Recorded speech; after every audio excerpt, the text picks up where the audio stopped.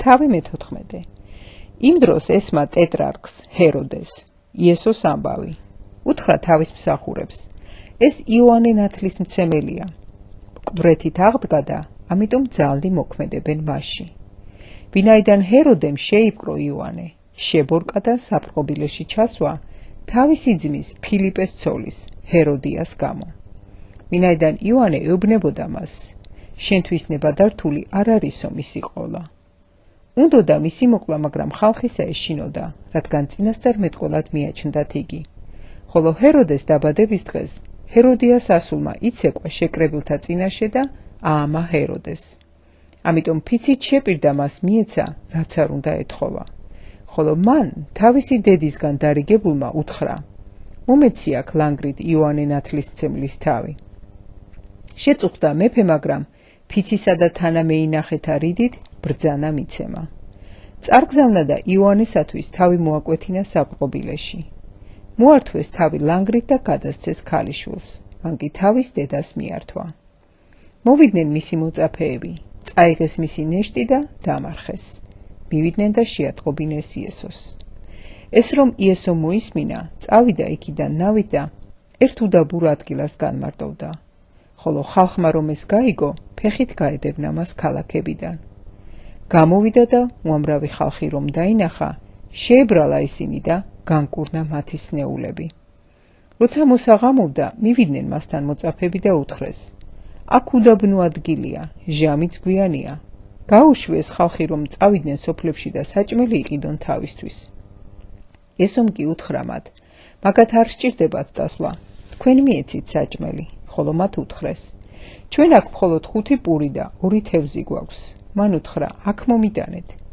უბრძანა ხალხს ბალახზე დამსხდარიყვნენ. აიღო 5 პური და 2 თევზი. ზეცას ახედა, აკურთხა, დაამტრვია და მისცა პურები მოწაფეებს. მოწაფეებმა კი ხალხს დაურიგეს. ყველამ ჭამა და გააძღა, ხოლო დარჩენილი ნატეხებისგან აკრიფეს 12 სავსე გოდორი. ხოლო მჭამელი 5000-მდე კაცი იყო, გარდა ქალებისა და ბავშვებისა.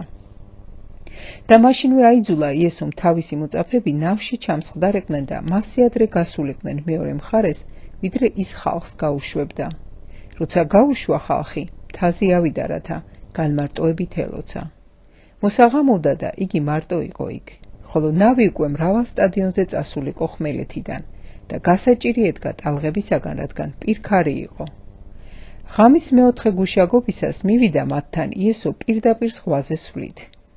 მოწაფეებმა ზღვაზე მავალი რომ დაინახეს, შეძრწუნდნენ და თქვეს: ეს მოჩვენებაო და შიშისაგან შეყვირეს. მაგრამ იესომ ისვე გამოელაპარაკა მათ და უთხრა: გამხნევდით, მე ვარ, ნუ გეშინიათ. პეტრემ უთხრა მას პასუხად: უფალო, თუ ეს შენ ახარ, მიბრძანე მოვიდე შენთან წყალდაწყალ. მან კი უთხრა: მოდი. პეტრე გადმოვიდა ნავიდან და წყალდაწყალ მიაბიჯებდა, რათა იესოსთან მისულიყო.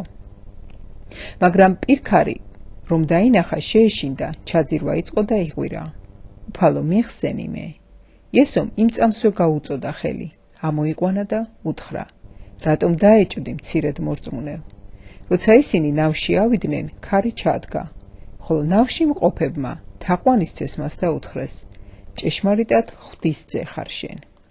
გაღმა გავიდნენ და მივიდნენ გენესარეთის ქვეყანაში. იმ ადგილის ხალხმა იცნო იგი, დაგზავნეს მთელ მხარეში და მოუყვანეს მას ყველა ავადმყოფი. ევედრებოდნენ მას, რომ მისი სამოსის კალთას მაინც შეხებოდნენ და ვინც შეეხო, განიკურნა.